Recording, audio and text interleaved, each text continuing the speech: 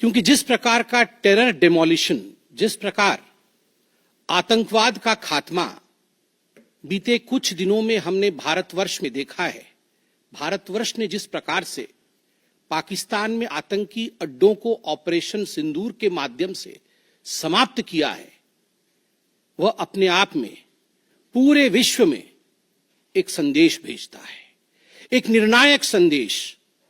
आतंकवाद के खिलाफ लड़ाई के विरोध, आतंकवाद के खिलाफ एक निर्णायक संदेश।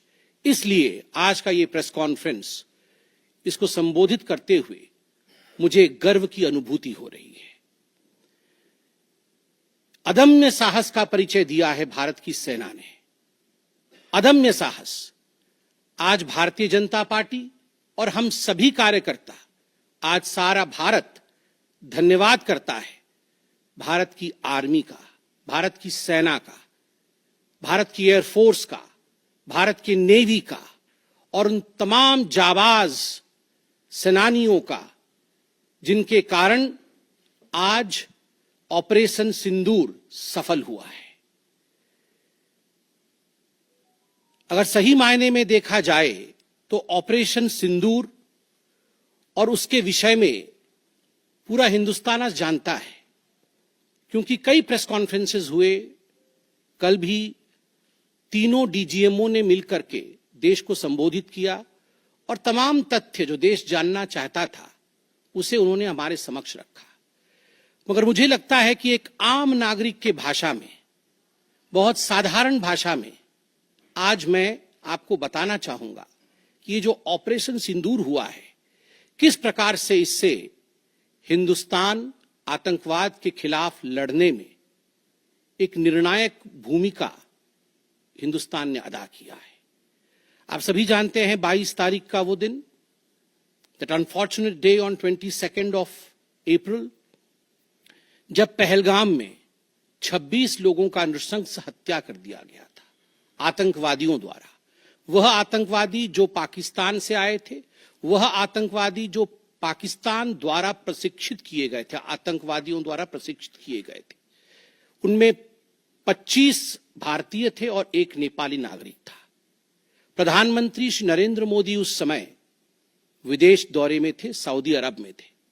प्रधानमंत्री नरेंद्र मोदी तुरंत भारत लौट के आते हैं और उन्होंने जनता की बात को सुना। जनता ने उस समय एक मांग रखी कि आतंकवाद के ऊपर हमला हो, हमें बदला लेना है पहलगाम के इस आतंकवादी हमले का। प्रधानमंत्री ने बिहार की भूमि से ऐलान किया और यह वादा किया कि मैं वादा करता हूं कि जो आपकी इच्छा है कि आतंकवाद के खिलाफ हमला होगा, हम पहलगाम के इस आतंकवादी हमले का बदला लेंगे। We will avenge the death of 26 people. प्रधानमंत्री ने कहा यह जो बदला होगा, यह आतंकवादियों के कल्पना से बाहर का बदला होगा, और जो बदला हुआ वो आतंकवादियों के कल्पना के बाहर का बदला था। प्रधानमंत्री जी ने कहा कि हम घुस के मारेंगे और मिट्टी में मिलाएंगे आतंकवादी के ठिकानों को, और आतंकवादियों के ठिकानों को प्रधानमंत्री नरेंद्र मोदी जी के निर्णय ने और हमारे सेना के अदम्य साहस ने मिट्टी में मिलाने का काम किया। यह वादा प्रधानमंत्री नरेंद्र मोदी जी का था।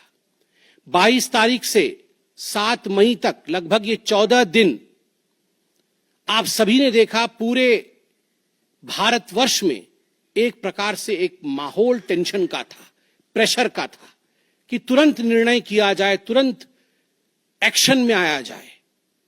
बहुत सूझबूझ के साथ, सोच समझ करके, स्ट्रैटेजी के साथ। पाकिस्तान भी जानता था कि हमला होगा, एयर स्ट्राइक पहले हो चुका था, किस प्रकार सर्जिकल स्ट्राइक पहले हो चुकी थी। पाकिस्तान पूरी तरह जानता था कि इस बार भी छोड़ा नहीं जाएगा, मगर उसके बावजूद पाकिस्तान इतना दिमाग लगाने के पश्चात वह डेट नहीं जान पाया जिस दिन यह हमला होना था। 22 तारीख से 7 तारीख के बीच में कुछ नॉन मिलिट्री एक्शंस जिन्होंने पाकिस्तान को कमजोर किया, वह प्रधानमंत्री नरेंद्र मोदी जी ने और भारत की सरकार ने लिया। ये जो ऑपरेशन सिंदूर है, इसका एक मिलिट्री पोर्शन है तो एक नॉन मिलिट्री पोर्शन भी है। और नॉन मिलिट्री पोर्शन में सबसे बड़ी बात इंडस वाटर ट्रीटी, जो सिंधु नदी समझौता 1960 का था, उसे स्थगित किया गया, अबेयंस में रखा गया। आप सभी जानते हैं लगभग 90% पाकिस्तान जो है इसी पानी पर निर्भर करता है। लगभग 80% उनका जो कृषि है इस पानी पर निर्भर करता है। इस पानी को यदि रोक दिया जाए तो पाकिस्तान की 1/4 जीडीपी गिर जाती है।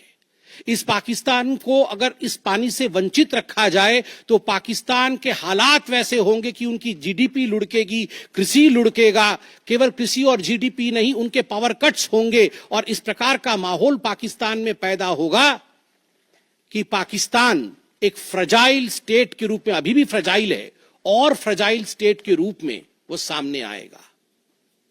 झेलम और चनाब अब संपूर्ण रूप से भारत सरकार के अधिकार में है, अधिकार क्षेत्र में है।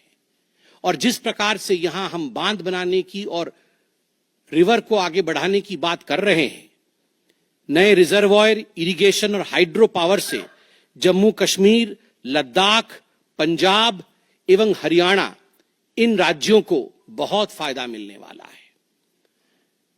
ये कहा गया कि पानी और खून एक साथ नहीं बहेगा। मित्रों, जरा सोच के देखिए, 50 वर्षों तक जो संभव नहीं हुआ था, किसी भी युद्ध में यह संभव नहीं हुआ था कि इंडस वाटर ट्रीटी को रोक दिया जाए। जो संभव नहीं हुआ था वह असंभव काम संभव हुआ इस बार। अटारी वाघा बॉर्डर को भी रोक दिया गया। दोनों देशों के बीच में कोई ट्रेड नहीं होगा और इसका खामियाजा कोई भुगतेगा तो वो पाकिस्तान की इकोनॉमी भुगतेगी। इसके साथ ही जिन लोगों के पास पाकिस्तान का वीजा था और वो हिंदुस्तान में, पाकिस्तान के नागरिक जो हिंदुस्तान के वीजा के साथ भारतवर्ष में रह रहे थे, उन सब को बाहर निकाला गया। पाकिस्तान का कोई भी आर्टिस्ट, कोई भी परफॉर्मेंस वो भारतवर्ष में नहीं हो सकता है। इस प्रकार के कड़े प्रतिबंध पाकिस्तान के ऊपर लगाए गए। माननीय प्रधानमंत्री श्री नरेंद्र मोदी जी ने लगभग 20 देशों के राष्ट्राध्यक्षों से सीधी बातचीत की। How to isolate Pakistan, how to fight against terrorism. और सबसे बड़ी बात है, तमाम देशों ने भारत का समर्थन किया। सऊदी अरब, यूएई, यूएस, आप सोचिए, इस्लामिक वर्ल्ड के बड़े देश हैं सऊदी अरब और यूएई, इन्होंने भारतवर्ष का पूर्णतः समर्थन किया। जिस समय पहलगाम का हमला हुआ था, माननीय प्रधानमंत्री सऊदी अरब में थे। सऊदी अरब के अपने दौरे को जब वो छोड़ के आए, तब उनको वहां एश्योरेंस दिया गया कि आप जाइए, हम आपके साथ खड़े हैं, वी सपोर्ट यू, हम टेरर के खिलाफ आपके साथ कंधे से कंधा मिला के लड़ेंगे। Pakistan was isolated. ये जो नॉन मिलिट्री एक्शन लिया गया, आज मैं कहना चाहता हूं कि 50 वर्षों से भी अधिक समय तक जो टूल्स कभी इस्तेमाल नहीं किए गए थे, जिस क्षेत्र में भारतवर्ष कभी नहीं गया था, वह टूल्स इस्तेमाल किए गए और अपने आप में भारत के लिए यह बहुत बड़ी बात है। बहुत बड़ी बात है कि इंडस वाटर ट्रीटी को रोका गया। 20 से अधिक देशों का समर्थन, आतंकवाद के खिलाफ एक निर्णायक हमले की तैयारी, और 6 और 7 मई 2025 उस रात निर्णायक हमला होता है आतंकवाद के ऊपर। सभी जानते हैं कि 9 आतंकवादी ठिकाने जो पीओजेके में थे और पाकिस्तान में थे, उन्हें ध्वस्त किया गया। यह ऑपरेशन सिंदूर एक बहुत बड़ा दायरा तय करता है। इसने पूरे विश्व को दिखाया कि भारतवर्ष क्या कर सकता है। ऑपरेशन सिंदूर ने दिखाया कि केवल एलओसी नहीं, इंटरनेशनल बॉर्डर के पार जाके भी भारत पाकिस्तान के अंदर किसी भी टारगेट को प्रिसाइसली उस पर हमला कर सकता है और आतंकवाद के खौफ को समाप्त कर सकता है। इस पूरे ऑपरेशन का लक्ष्य क्या था, इसे समझने की आवश्यकता है। लक्ष्य क्या था? क्या हमने लक्ष्य की पूर्ति की? What was the aim of Operation Sindoor? Did we achieve what we aimed for? क्या लक्ष्य था? नंबर 1 लक्ष्य था आतंकवादी ठिकाने जो दूर दराज इलाके में है पाकिस्तान में, जहां आज तक कोई नहीं पहुंच पाया, जहां आज तक पाकिस्तान के आतंकवादियों को लगता था कि वो सुरक्षित हैं, वहां तक पहुंचना यह लक्ष्य था। दूसरा लक्ष्य था आतंकवादियों को ढेर करना, मार देना। तीसरा लक्ष्य था इन टारगेटों को जमींदोज करना, उन्हें मिट्टी से मिला देना। चौथा लक्ष्य था इस पूरे काम को करते हुए कोई भी सिविलियन, उसके ऊपर किसी प्रकार से कोई इंजुरी नहीं होना। और अंतिम लक्ष्य था किसी प्रकार के मिलिट्री, जो पाकिस्तान का मिलिट्री या सैन्य बेस हो, उसके ऊपर हमला नहीं करना। अर्थात यह लड़ाई आतंकवाद के खिलाफ थी। यह लक्ष्य था ऑपरेशन सिंदूर का। This was a fight against terrorism and terrorists. क्या हम लक्ष्य को पा पाए? आप देखिए, जब यह हमला हुआ तो 9 ठिकाने ध्वस्त हुए, उनमें 5 POJK में थे, पाक ऑक्यूपाइड जम्मू कश्मीर में, और 4 पाकिस्तान में थे। सबसे बड़ी बात है, पहली बार पंजाब प्रोविंस, जो कि पाकिस्तान का एक बहुत स्ट्रेटेजिक लोकेशन है, पंजाब प्रोविंस उनका हृदय है पाकिस्तान का, उसके अंदर भारतवर्ष घुस करके आतंकवादियों का सफाया करता है। यह अपने आप में छोटी बात नहीं है। This is a big achievement as far as Operation Sindoor is concerned. Lashkar-e-Taiba, Jaish-e-Mohammed, Hizbul Mujahideen, इनके ठिकाने ध्वस्त होते हैं। और मैं यहां वो नाम पढ़ना चाहूंगा। ये जो 9 नाम है, 9 आतंकवादी ठिकाने, मैं आज देश से अपील करना चाहूंगा, तमाम भारतीयों से अपील करना चाहूंगा कि ये नाम हमें स्मरण करना है। आने वाले 100 वर्षों तक हमें इन नामों को याद दिलाते रहना है, दोहराना है। जब भी आतंकवाद सर उठाए तो हमें ये चित्र दिखाने हैं कि तुम्हारा क्या हश्र किया था ऑपरेशन सिंदूर ने, भारत की सेना ने, भारत की राजनीतिक इच्छा शक्ति ने और भारतीयों ने। इसलिए मैं नाम पढ़ना चाहूंगा। सवाई नाला कैंप मुजफ्फराबाद, जो POJK में है, 30 किलोमीटर दूर है LOC से, उसे ठिकाना लगाया गया। लश्कर-ए-तैयबा का ट्रेनिंग सेंटर था।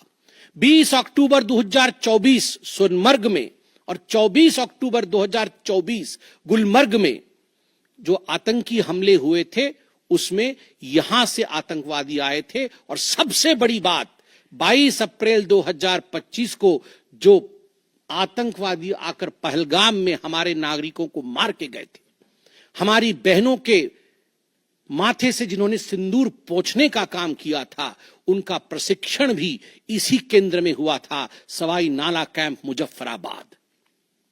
सैयदाना बिलाल कैंप मुजफ्फराबाद, ये जैसे मोहम्मद का ट्रेनिंग सेंटर था, ये दूसरा कैंप जो ध्वस्त हुआ। गुलपुर कैंप कोटली, ये LOC से 30 किलोमीटर दूर था, लश्कर-ए-तैयबा का बेस था। और 20 अप्रैल 2023 को पुंछ में, 9 जून 2024 को जो तीर्थ यात्री को बस में हमला करके मारने का काम किया था आतंकवादी, यहां गुलपुर कैंप से आए थे जो कोटली में है, उसे ध्वस्त किया गया। बरनाला कैंप बिरगढ़, बरनाला कैंप जो 9 किलोमीटर दूर है LOC से, उसे समाप्त किया गया। अब्बास कैंप कोटली जो 13 किलोमीटर दूर है LOC से, लश्कर-ए-तैयबा का फिदाइन सेंटर है और 15 आतंकवादियों को एक साथ ट्रेन कर सकता है, उसे ध्वस्त करके गिराया गया। सरजाल कैंप सियालकोट अंतर्राष्ट्रीय सीमा से 6 किलोमीटर दूरी पर है, इंटरनेशनल बॉर्डर से। सांबा कठुआ के सामने है। और मार्च 2025 में जम्मू और कश्मीर पुलिस के 4 जवान शहीद हुए थे, उनको मारने का काम इन्हीं आतंकवादियों ने किया था जो सरजाल कैंप से आए थे सियालकोट के। उस कैंप को ध्वस्त कर दिया गया। महमूना जाया कैंप सियालकोट, जो कि 12 से 18 किलोमीटर इंटरनेशनल बॉर्डर से दूर है, मैं LOC की बात नहीं कर रहा हूं, इंटरनेशनल बॉर्डर से, और हिजबुल मुजाहिदीन का अड्डा है, बहुत बड़ा कैंप है। कठुआ और जम्मू क्षेत्र में जो भी आतंकवादी गतिविधि होती है, सियालकोट के इस मजनूमा जाया कैंप से आतंकवादी भेजे जाते हैं। भारतवर्ष ने उसे ध्वस्त किया। मरकज तैयबा मुरीद के, जो कि अंतर्राष्ट्रीय सीमा से 18 से 25 किलोमीटर दूर है, 2008 के मुंबई का जो हमला हुआ था, 26/11 के नाम से जिसे हम जानते हैं, उसमें जो आतंकवादी आए थे, अजमल कसाब और डेविड हेडली, उनकी ट्रेनिंग मरकज तैयबा मुरीद के में हुआ था। और आज मैं फक्र के साथ कह सकता हूं, गर्व के साथ कह सकता हूं कि भारत की सेना ने, भारत की राजनीतिक इच्छा शक्ति ने और भारतीयों ने मरकज तैयबा मुरीद के को ध्वस्त किया है, समाप्त किया है। मरकज सुभान अल्लाह बहावलपुर इंटरनेशनल बॉर्डर से 100 किलोमीटर की दूरी पे है। विश्व में किसी ने ऐसा नहीं सोचा होगा, पाकिस्तान ने तो सपने में भी नहीं सोचा होगा कि भारत की सेना के पास, भारत की एयरफोर्स के पास और भारत के राजनेताओं के पास ऐसी इच्छा शक्ति होगी कि इंटरनेशनल बॉर्डर से 100 किलोमीटर दूर घुस के वो हमारे आतंकी अड्डे को ध्वस्त कर सकते हैं। मरकज सुभान अल्लाह, जो कि जैशे मोहम्मद का मुख्यालय था, उस मुख्यालय को भारत की वायुसेना ने ध्वस्त किया। यह कोई छोटा विषय नहीं है। यह बहावलपुर एक ऐसा स्थान है जहां यूनाइटेड स्टेट्स, यूएस भी अपने ड्रोन नहीं भेज पाया था। उस जगह पे भारत घुस के मारता है। आज का भारत, आज का नया भारत यही है। ये नाम, जो 9 नाम मैंने पढ़े, हमें याद रखने चाहिए, मगर उन नामों के साथ मैं कुछ और भी बताना चाहता हूं। जो आतंकवादी मारे गए, एक लक्ष्य था आतंक के ठिकानों को, आतंक के अड्डों को सफाई करना, ध्वस्त कर देना। दूसरा लक्ष्य था ऑपरेशन सिंदूर का, आतंकवादियों को चुन चुन कर मारना, उन्हें मिट्टी में मिलाना। 100 से अधिक आतंकवादी मारे गए, 100 से अधिक। मैं कुछ आतंकवादियों के नाम पढ़ता हूं जिनको कि हम डिस्कस करते थे डिबेट्स में, टीवी पे, यूएन में, जिनको कि यूएस ने भी कंडेम कर रखा था। मैं नाम पढ़ रहा हूं। मुदस्सर कादियान खास उर्फ मुदस्सर उर्फ अबू जुंदाल। अबू जुंदाल नाम से हम जानते थे इस आतंकवादी को। और जो लश्कर तैयबा का आतंकवादी था, वो मरकजे तैयबा का जो मुरीद के में है, उसका इंचार्ज था। जब वो मरा तो उसके गार्ड ऑफ ऑनर, उसका जो जनाजा निकला, उसमें पाकिस्तान के आर्मी के अधिकारी थे, पाकिस्तान आर्मी के चीफ थे, पंजाब सीएम मरियम नवाज भी उसमें रही। आप सोचिए, ये एक सरकारी जमीन पर हुई और तमाम बड़े लोग, सरकारी लोग पाकिस्तान के उसमें शामिल हुए, जिससे कि यह सिद्ध होता है कि terror and the sponsors of terror are hand in glove together. आतंकवादी और जो आतंकवादियों को बढ़ावा देने वाले, वो एक साथ काम करते हैं। दूसरा, हाफिज मोहम्मद जमील, ये जैशे मोहम्मद का आतंकवादी है। ये ब्रदर इन लॉ, साला था मौलाना मसूर अजहर का, और इंचार्ज था मरकज सुभान अल्लाह बहावलपुर का, वह भी मारा गया। तीसरा आतंकवादी मोहम्मद यूसुफ अजहर उर्फ उस्ताद जी उर्फ मोहम्मद सलीम उर्फ घोशी साहब, जैसे मोहम्मद का नामी आतंकवादी, और यह भी मौलाना मसूद अजहर से जुड़ा हुआ था और यह वेपन ट्रेनिंग देता था जैशे मोहम्मद का। और सबसे बड़ी बात, IC 184 के हाईजैकिंग में इसका हाथ था। IC 814 के हाईजैकिंग में इसका हाथ था, वह भी मारा जाता है। चौथा आतंकवादी खालिद उर्फ अबू अक्स का। खालिद ये लश्कर तैयबा का आतंकवादी था, फैसलाबाद में मारा गया और वहां उसका फ्यूनरल होता है। अब मैं ये तस्वीर दिखाना चाहूंगा, आप ये तस्वीर देखिए। ये तस्वीर कोई साधारण तस्वीर नहीं है। यह तस्वीर है उन आतंकवादियों का जिनका जनाजा निकला। और इस तस्वीर में मैं दिखाना चाहूंगा कि ये जो खड़ा है सामने व्यक्ति, इस व्यक्ति का नाम है, ये LET का कमांडर है, लश्कर तैयबा का कमांडर है, अब्दुल रऊफ, जो खुद एक स्पेशली डेजिग्नेटेड ग्लोबल टेररिस्ट, जिसको यूएस के ट्रेजरी बेंच ने डेजिग्नेट कर रखा है, अमेरिका के ट्रेजरी बेंच ने इसे आतंकवादी घोषित कर रखा है, वह सामने खड़ा है जनाजे में, और उसके पीछे जो खड़े हैं, मैं एक एक करके नाम पढ़ता हूं। लेफ्टिनेंट जनरल फैयाज हुसैन शाह, जो कि लेफ्टिनेंट जनरल है पाकिस्तान आर्मी के, मेजर जनरल राव इमरान सरताज, जो कि मेजर जनरल है पाकिस्तान आर्मी के, ब्रिगेडियर मोहम्मद फुरकान शब्बीर पाकिस्तान आर्मी के, डॉक्टर उस्मान अनवर आईजीपी पंजाब, और Malik Sohaib Ahmed Bharth member of provincial assembly of Punjab. ये बड़े बड़े लोग, तथाकथित सरकार के बड़े बड़े लोग पाकिस्तान के आतंकवादियों के जनाजा में शामिल होने आए हैं, और जनाजे को लीड कर रहा है एक आतंकवादी, डेजिग्नेटेड आतंकवादी। और आप देखिए ये बिफोर और आफ्टर, ये जितने भी मैंने आपको अभी आतंकवादी ठिकानों का नाम बताया, किस प्रकार उनकी परिस्थिति थी और क्या उनकी परिस्थिति हुई, यह इस तस्वीर से हम देख सकते हैं। तो उद्देश्य मैं बता रहा था, ऑपरेशन सिंदूर का उद्देश्य बहुत स्पष्ट था। उसका उद्देश्य था आतंकवाद के ठिकाने को ध्वस्त करना, आतंकवादियों को मारना और आतंकवाद के खिलाफ एक संदेश भेजना, और उसमें हम सफल हुए। पहली बार एक बात पूरे विश्व ने देखा कि पाकिस्तान का हर इंच भारत के पहुंच के अंदर है। कोई कोना पाकिस्तान का ऐसा नहीं है जो भारत के पहुंच से बाहर हो। और आप सोच के देखिए, पाकिस्तान का एयर डिफेंस सिस्टम फेल हो जाता है। पाकिस्तान का एयर डिफेंस सिस्टम फेल हो जाता है जिस समय 6 और 7 के रात के बीच ये पूरी कार्यवाही हो रही थी। रफाल विमान द्वारा स्काल्प और हैमर मिसाइल्स के माध्यम से 23 मिनट के अंदर, 23 मिनट्स के अंदर एक विंडो था, जिस विंडो के अंदर ये 9 के 9 आतंकवादी ठिकाने उन्हें ध्वस्त कर दिए गए। 23 मिनट में पूरा विश्व ने देखा कि भारत क्या कर सकता है।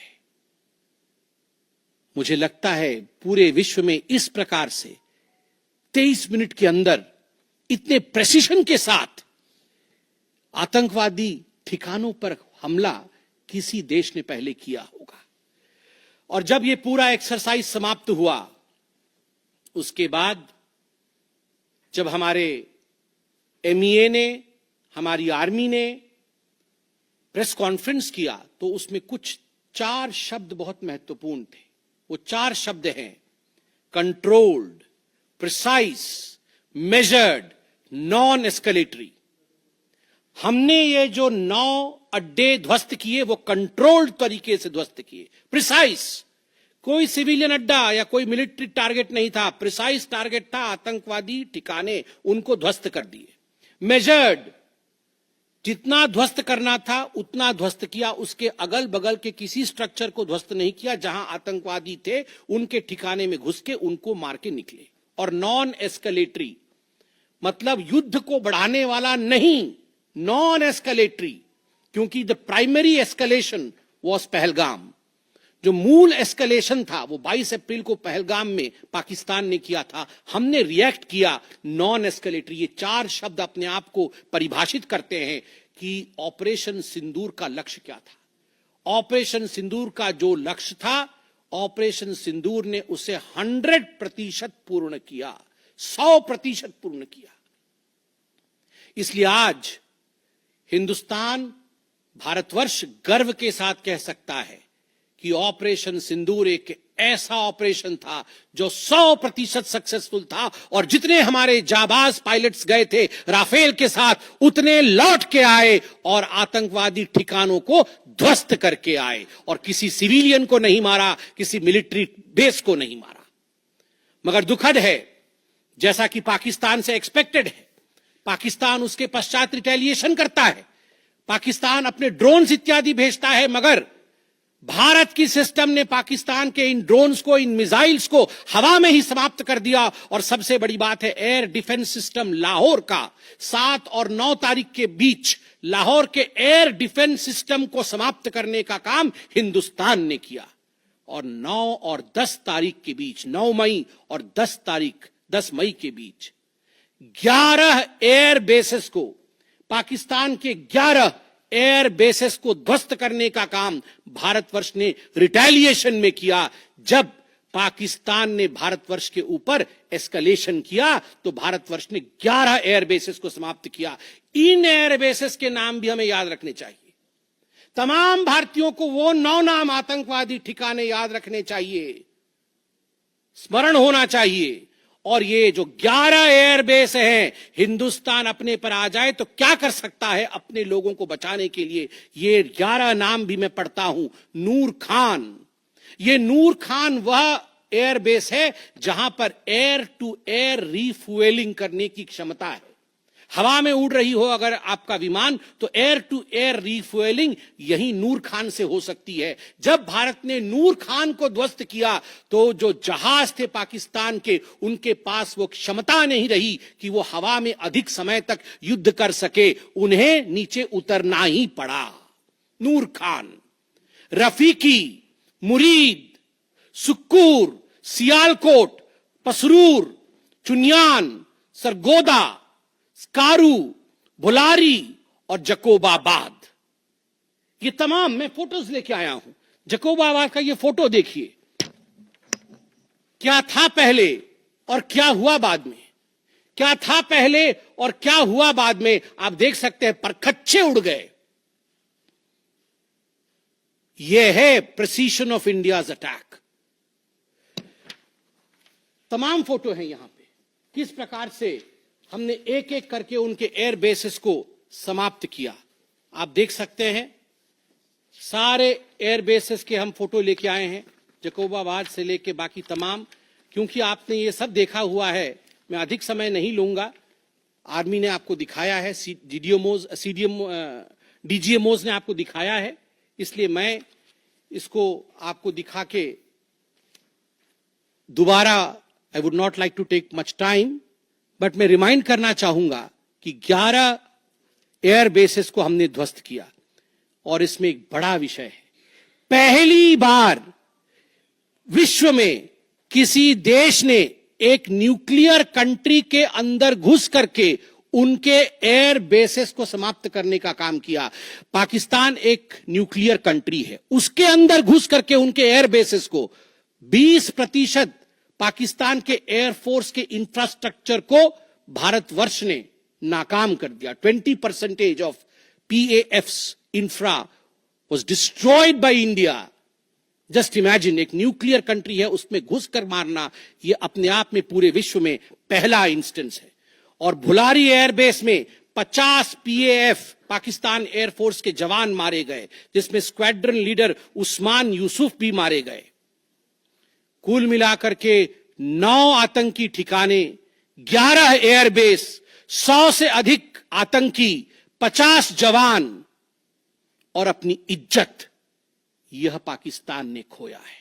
I repeat, what Pakistan has lost via operation सिंदूर।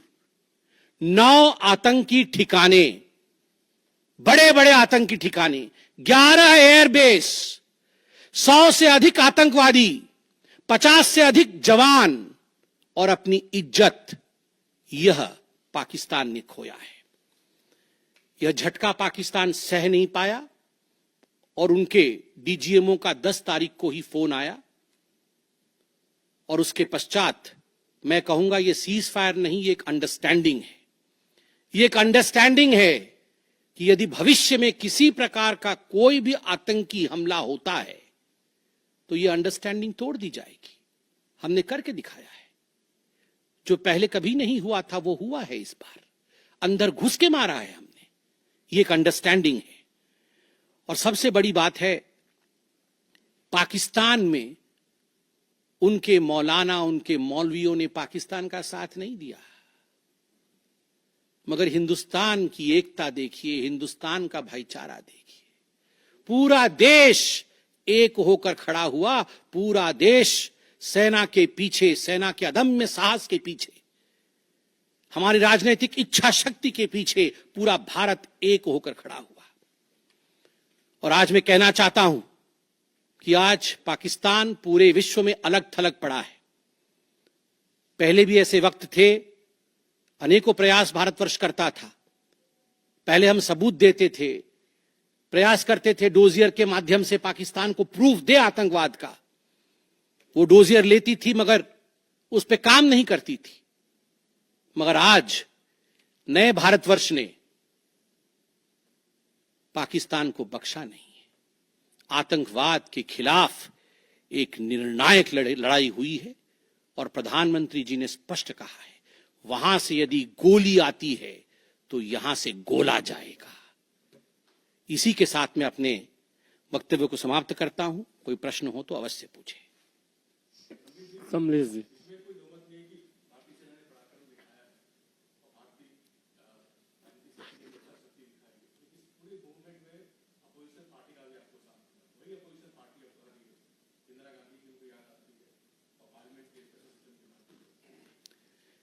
देखिए, मुझे लगता है आज का दिन पूरे भारत का दिन है।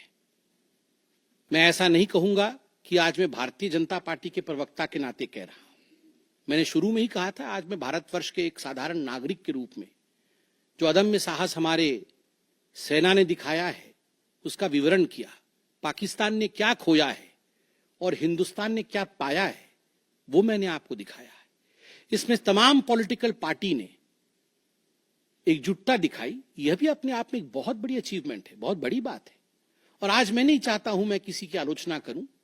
और मैंने कहा कि विगत दिनों में वह भी एक प्रयास था जहां हम प्रूफ देने की कोशिश करते थे, हम डोजियर इत्यादि देते थे। हम 26/11 भी हुआ था, उस समय भी हमने प्रयास किया था कि हम पाकिस्तान को समझाएं कि देखो तुम्हारे आतंकी आके क्या कर रहे हैं हमारे देश में। मगर पाकिस्तान मानता नहीं था।